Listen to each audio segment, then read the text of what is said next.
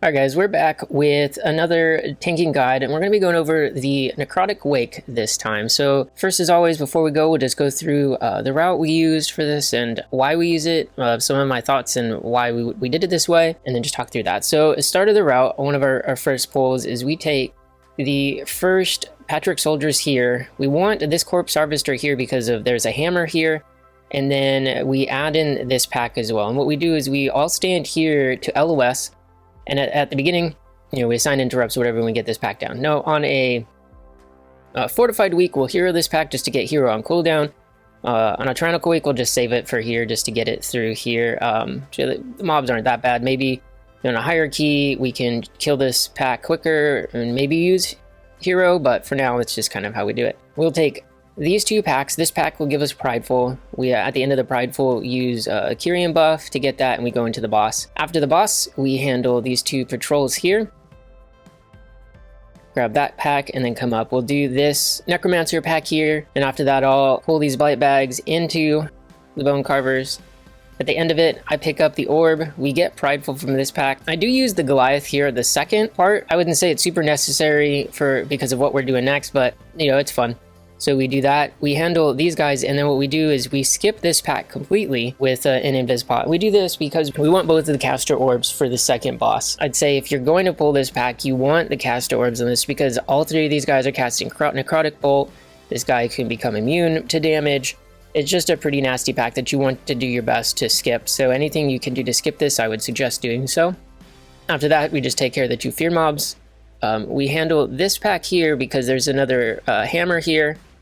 We'll do this pack, and there's a spear here. And what that does is it gives us pride from here to handle this pack. Now, generally, because there's just so many casters here and so much damage going out, then you can't kill any of the little guys. You have to focus all of your damage there.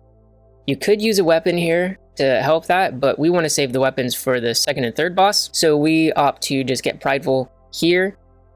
It can cause a couple of issues with timing from this guy that patrols. He won't get all the way here if you're tucked somewhere over here. So it can be a little risky, maybe not the best in a pug if people don't know where to stand or we're not able to communicate where to stand when this guy is coming. So you'd have to keep that in mind. Once this pack is done, we have somebody go start the RP, do this pack, and then we go into the boss. Now this boss, it did get a substantial nerf, as well as if you die, you don't drop your weapons. This past week, all those came through. But what we do is we will hero this boss, and we'll have one person do a spear and one person do a hammer or something like that. We don't use all our weapons, we just use some of them. And then on the first pack, I'll use my orb, and the second pack, the other orb gets used to handle that. Now, as a tank, one of our main issues is going to be the Necrotic Bolt going out on everybody and sometimes hitting you too. But when the adds spawn, there is a crossbowman that spawns that doesn't move. But you also want to be able to go and grab aggro on the rest of the mobs, especially the casters. You don't want them smacking everybody else with frostbolts and frostbolt volleys. The orb makes that incredibly easy. As soon as he finishes his cast, you click the orb, you're able to just grab aggro with it and then pull everything onto the crossbowman and they die. Remember, when the mobs if they're still alive when Final Harvest is cast, if they are stunned or paralyzed or anything like that, they don't explode. After that, you have to do this whole room. Now, I think the best thing about the timing on all of this is that once you get rid of all of the adds in here and these two assistants spawn, everything aggroes automatically. These assistants will aggro automatically, and then Rot Spew and Gore Grind, when they spawn, they all aggro immediately. So if you were to get Prideful in between any of these spawns, you're going to have to deal with everything at the same time. Now, it's a little less bad as they have nerfed the damage of these Stitchworks, or I'm sorry, the health of these Stitchworks by a little bit. So it's not as bad, but I'd still say it's pretty bad. So you don't want to do that. And so what this is going to do is once we have cleared, normally we'll start here, pull these guys in, do this pack. Once we finish any other of these three packs, we get Prideful to then take it into the next pack, which is great for tanks because these Stitchworks, they just hurt. They have a stacking damage taken increase buff. They run really fast, so it's really hard to kite. So having Prideful there is going to help you be able to save some cooldowns in between each of these, or not commit so many each pull. And then we get Prideful at the very end as soon as we've killed Rot Spew. and then we can just take that into the boss. And if you do it right, you should get plenty of prideful when Stitchflesh comes down. So after that, we then just do the last boss. So that's the route we took. Let's go ahead and look through the video. All right, we're starting here. Like I said, we're going to take this pack ahead. I'll pre-mark the interrupts for these guys, and then I'll just start grabbing aggro, and everybody's going to LOS around the corner. You pop wings here. I'm going to make sure I have a defensive rolling once everything's grouped up. And then what I'll do is I'll call trees at a certain point.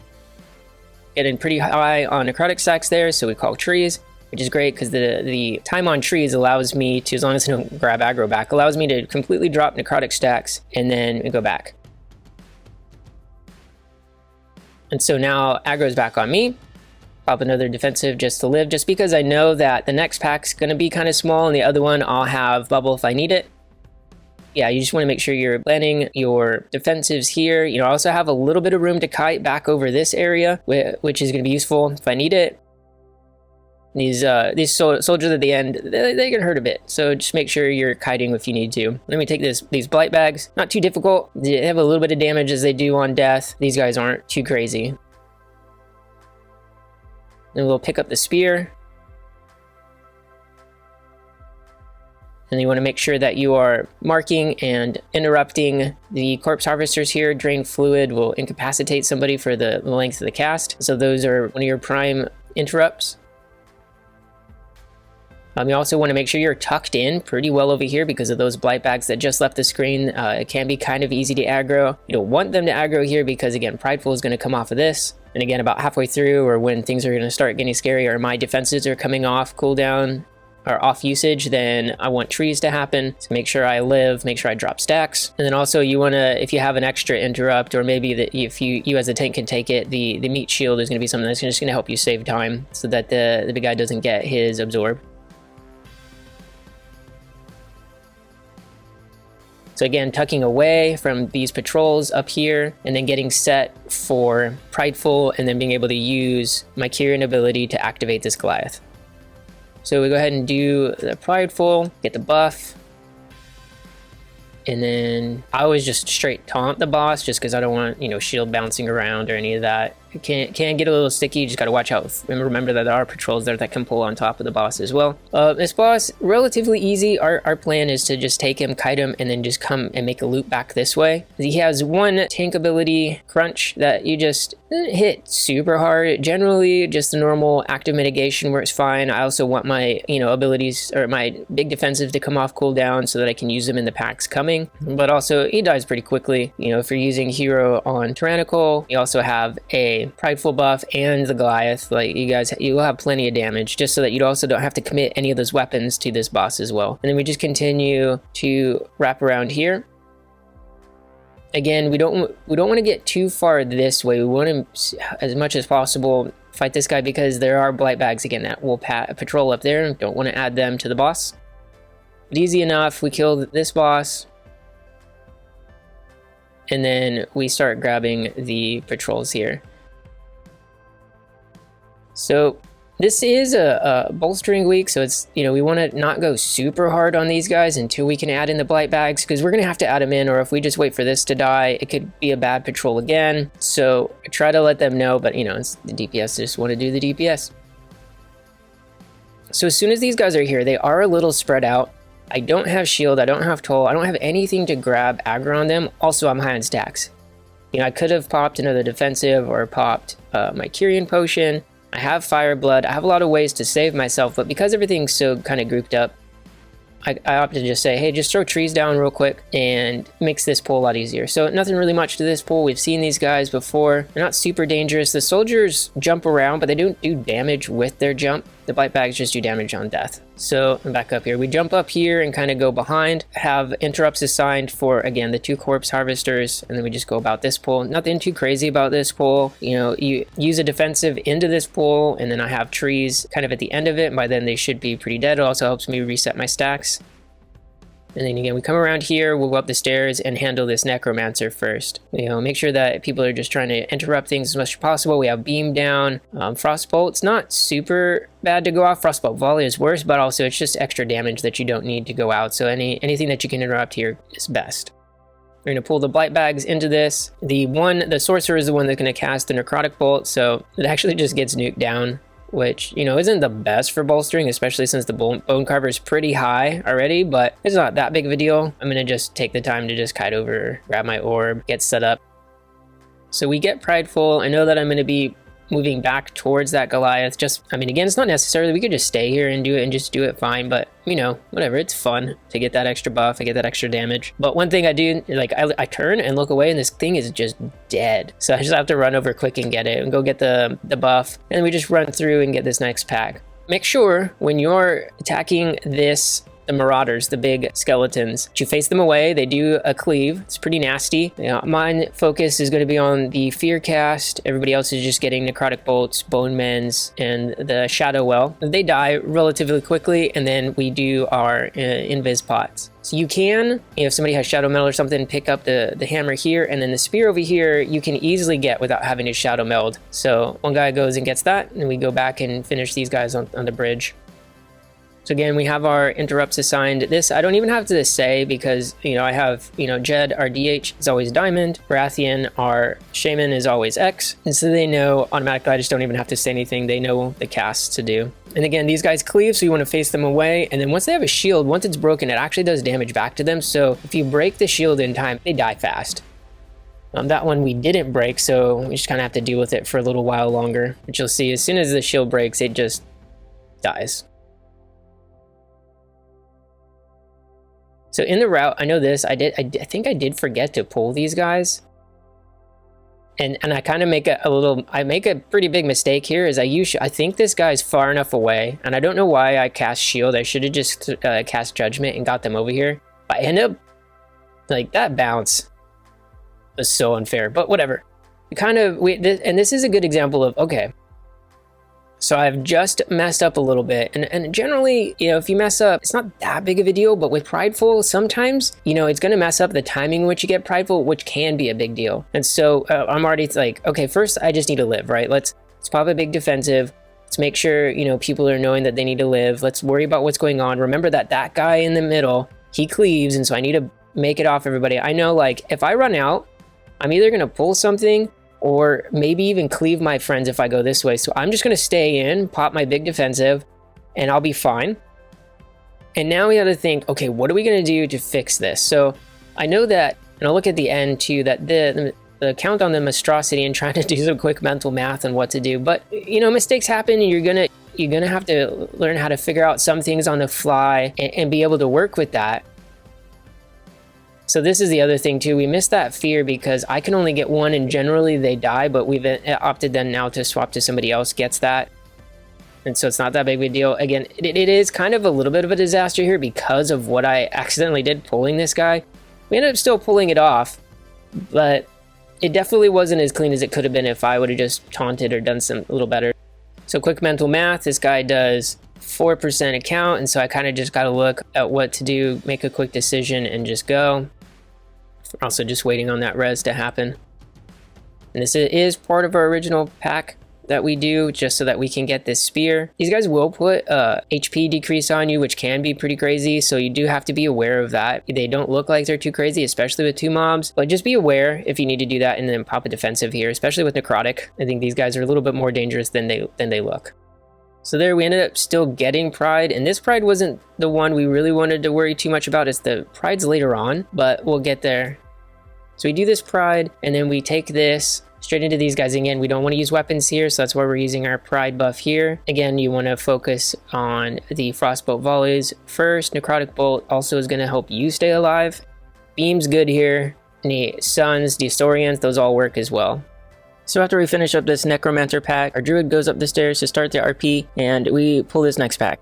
Now, normally we will all run up the stairs, I'll tag the mobs, and we'll just LOS them up there so we don't have to worry about the patrol at all. But since we already pulled it, we'll just opt to do it here. Remember on this pack that we turn the Bone Reaper away because of the cleave. Our healer grabs the other orb, and we take this boss.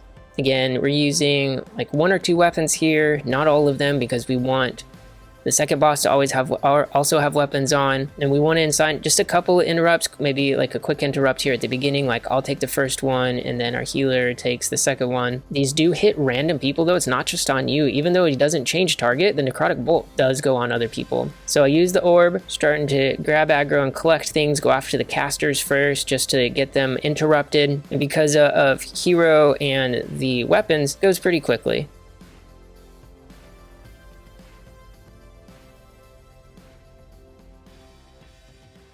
So again, just trying to collect everything, right? We have our other orb going out. It's kind of hard to, you have to like split your attention here a little bit from, you know, the boss casting a Necrotic Bolt on you. It gets kind of hectic because you're trying to get at aggro for everybody.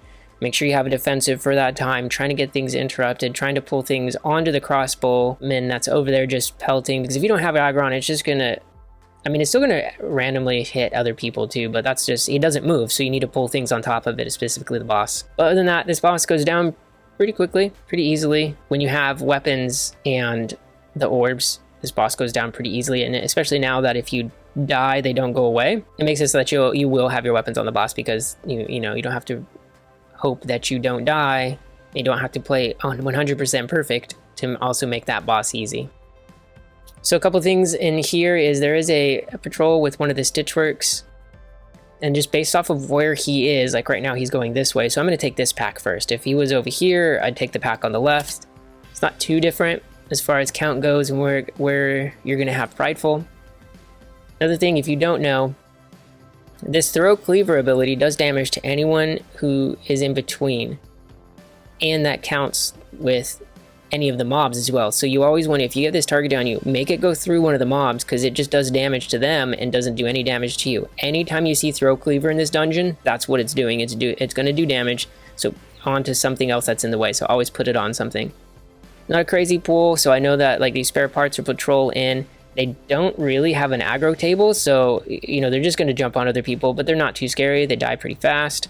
Now, the mob died before Throw Cleaver goes off, so if that's the case, tanks just soak it, especially if there's like, you know, raging, or you know, that guy was bolstered a lot. We want to be able to take that, because the chances of it one-shotting us is a lot lower than it one-shotting a DPS or a healer. This is a pretty easy pack to pull, but you can't really combine anything here with the big Stitchwork guys, unless you just have massively crazy DPS and a lot of cooldowns. Just interrupt the Gore Splatter and the Drain Fluids from that guy, and everything else goes pretty easy. You know, I'm at 20 stacks, so I just drop it just so that I don't have to commit any other cooldowns here. I want to be saving my cooldowns and using them for every one of the big packs that we have. Alright, so here we're going to get Prideful about 2% off, which is going to be great, because after this pack, it'll allow us to take that Prideful into other packs and help us conserve our CDs. The hard part about this area is the Stitchworks. There's a few of them in here, and they'll do a stacking damage taken debuff on you that makes it really tough. You have to make sure that you're cycling through your big defensive CDs well, kiting when you need to, communicating with your healer, how you're doing. You know, generally, it's probably better to use your defensive CDs later on once the damage taken debuff has stacked a lot, if you're not able to run out and drop it. This is why it's good for us to have Prideful on this first pack. It helps me not commit so many CDs in this pack, and then I can use them for the other ones. This can be especially dangerous on Necrotic Weeks where you're already taking less healing. And on top of all of this, in this area, the trees from Druids don't taunt, so they can't even help you in this time. So you just have to make sure that you're rotating through your defensives well to live, and communicating with your healer. If you have a DPS that has darkness or other things that can help you stay alive, and then just kiting. Yeah, I mean, you just got to use your whole kit up here, especially on Fortified Weeks where they're just going to hit harder. So get Prideful at this, which is perfect timing, but we get the bug. I don't know if you guys have seen it the first reset day, these guys bugged out. But hey, it would have been great if we got it, because we would have got damage increase. But anyways, moving on. I'm going to use one of my smaller defenses right at the beginning. I know I still have Bubble if I need it. I have no other way to drop my Necrotic right now, so it looks like, you know, it's going to be Bubble near the end here. But everybody's focusing on getting this Stitchwork down first. He's really the one that just ultimately matters, because you'll take that stacking damage debuff, the Tenderize. So yeah, bubbled halfway through, just drop my stacks and stay alive.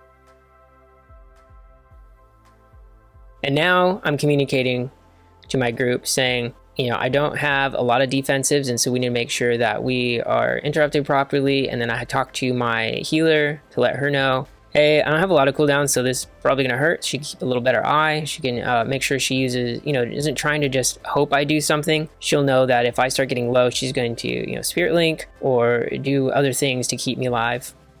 So I pop, small cooldown here at the beginning, and I drop my stacks with Fireblood. But other than that, that's all I have right now. But also, this is where it comes in handy to really communicate with your group as a tank of what you have. If I say I don't have much, my healer knows to watch me a little bit better, but my DPS can also react and use a cooldown that maybe they were saving for another pack or the boss, but instead they'll just opt to use it there to help me out as well. So it's really good to just, keep talking, keep everyone informed on how you're doing as well. If you're getting into a sticky spot or you don't have cooldowns coming up, it'll help everybody know how to respond to that as well and help you out.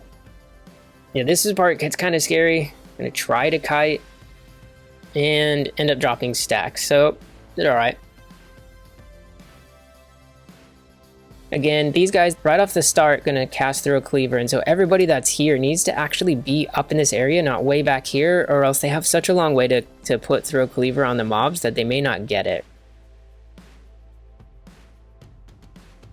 But just note too, for us as tanks, the guy on the left won't move, the guy on the right does. So we need to make sure that they're pulled on top of each other. And the DPS need to know that, hey, fixation, it hurts, run out. And he was waiting for a bop, but I missed it. So I think even still you get out until you have the bop, so you don't just get one clapped, or if I don't have a GCD for you to do that. But nothing crazy about these guys. These guys are pretty easy.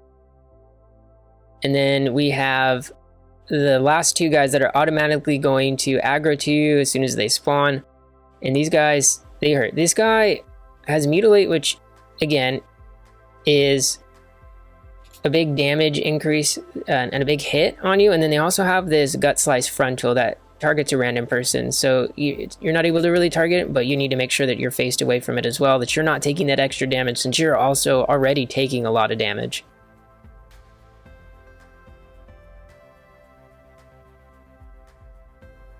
And here, just doing my best to live. I was hoping everything would work out and I wouldn't have to bubble there, just so that I could have it for the next pull, but better to figure that out later than just to die now, especially because they're so low. But hey, this Pride works. Now, normally we were going to have Pride right after this guy, but because of my mishap, this Pride ends up spawning early, which is really unfortunate because it would have really been great to have it at the boss.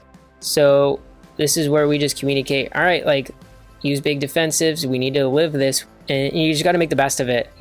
Sometimes it's just going to happen. People are going to make mistakes in dungeons. It's my route and I pulled it wrong. We end up killing the Pride, which is great because it's actually going to help us just blow through these guys as much as we can. I'm making sure that I use what I can to drop my Necrotic, since, being a Dwarf Paladin, I have a lot at my disposal there.